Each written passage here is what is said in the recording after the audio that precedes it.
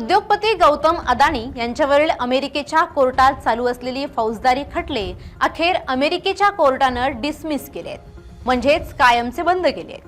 काय होते खटले, कोणत्या आरोपांवर अदानी यांच्यावर होते आरोप आणि काय आहे 19 महिन्यांमध्ये का घेण्यात आले हे खटले मागे? मित्राला वाचवण्यासाठी यामध्ये पंतप्रधान मोदींचा हस्तक्षेप आहे का? काय आहे संपूर्ण प्रकरण पाहूयात या व्हिडिओमधून। नमस्कार, मी मृणाली पिळणकर। अमेरिकेनं उद्योगपती गौतम अदानी यांच्यावर सौर ऊर्जा निर्मिती कंत्राट हे बेकायदेशीररित्या मिळवलं असा आरोप केला होता। या वादाची मूळ सुरुवात नोव्हेंबर 2024 मध्ये झाली, जेव्हा अमेरिकेच्या जो बायडन प्रशासनाच्या शेवटच्या काळात न्यूयॉर्कमधील फेडरल कोर्टानं गौतम अदानी, सागर अदानी आणि इतर सहकाऱ्यांविरोधात एक मोठं आरोपपत्र जाहीर केलं। हे संपूर्ण प्रकरण प्रामुख्याने अदानी ग्रीन एनर्जी लिमिटेड आणि अजूर पॉवर ग्लोबल या कंपन्यांशी निगडीत होतं। अमेरिकन तपास यंत्रणांचा असा दावा होता की अदानी समूहानं भारतात सौर ऊर्जा निर्मितीचं मोठं कंत्राट बेकायदेशीर मार्गाने मिळवलंय।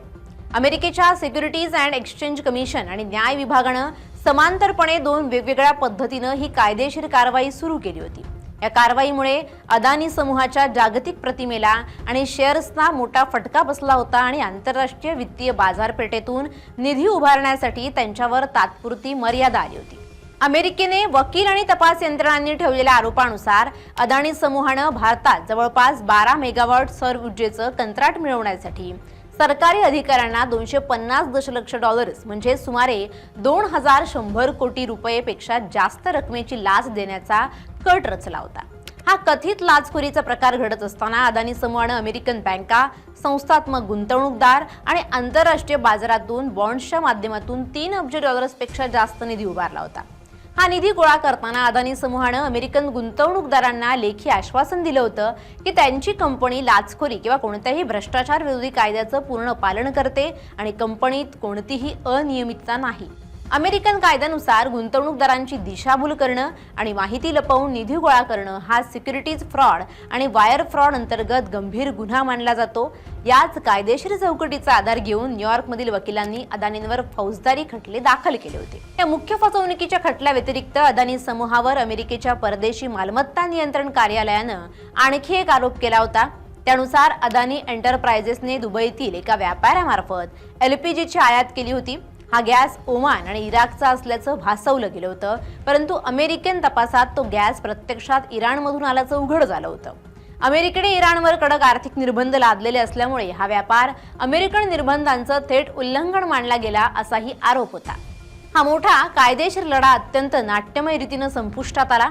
अमेरिकेत डोनाल्ड ट्रम्प यांचं सरकार आल्यानंतर या प्रकरणाला वेगळी दिशा मिळाली। ट्रम्प प्रशासनाच्या न्याय विभागानं न्यायालयात अधिकृत अर्ज सादर करून स्पष्ट केलं की प्रॉसिक्युटोरियल डिस्क्रेशन अंतर्गत ते या फौजदारी गुन्ह्यांवर आता पुढील सरकारी साधन किंवा वेळ खर्च करू शकत नाहीत। या निर्णयाची परिणती म्हणून न्यायालयानं हे खटले कायमचे बंद केले। हे खटले रद्द होण्यामागे मुख्यत्वे 3 मोठे व्यावसायिक आणि कायदेशीर समझोते कारणीभूत ठरले आहेत।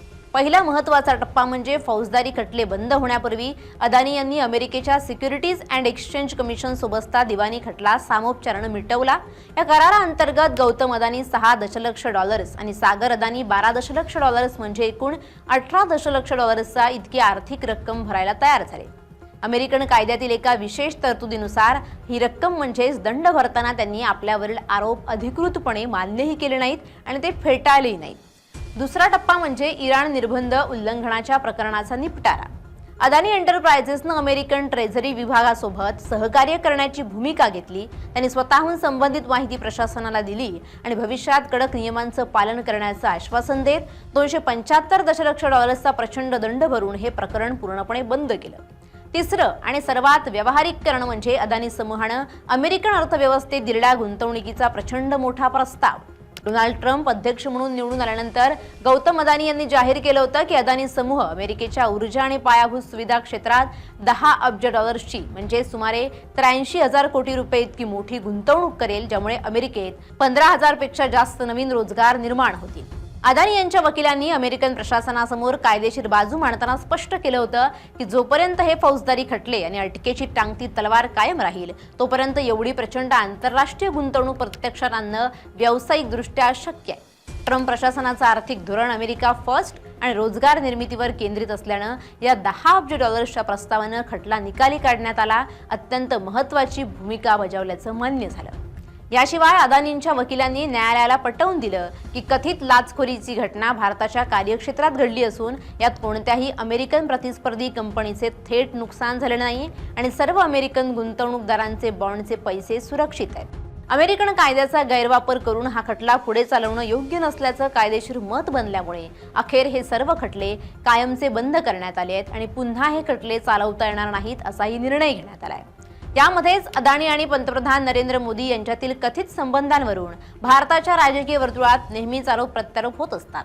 अमेरिकेतील खटले बंद झाल्यानंतर विरोधी पक्षांनी विशेषतः काँग्रेस आणि राहुल गांधींनी थेट मोदींवर निशाणा साधला। विरोधकांचा असा दावा आहे की अमेरिकेनं भारतावर लादलेले काही व्यापारी नियम आणि अटी केवळ अदानींवरील खटले दडपण्यासाठी किंवा त्यांच्या बचावासाठी केंद्र सरकारनं पडद्यामागून स्वीकारले आहेत। काही झालं तरी शेवटी निष्कर्ष एवढाच निघतो की कोट्यवधी डॉलर्स दंड भरून हे खटले अखेर डिसमिस करण्यात आले। पैसा है तो सब है।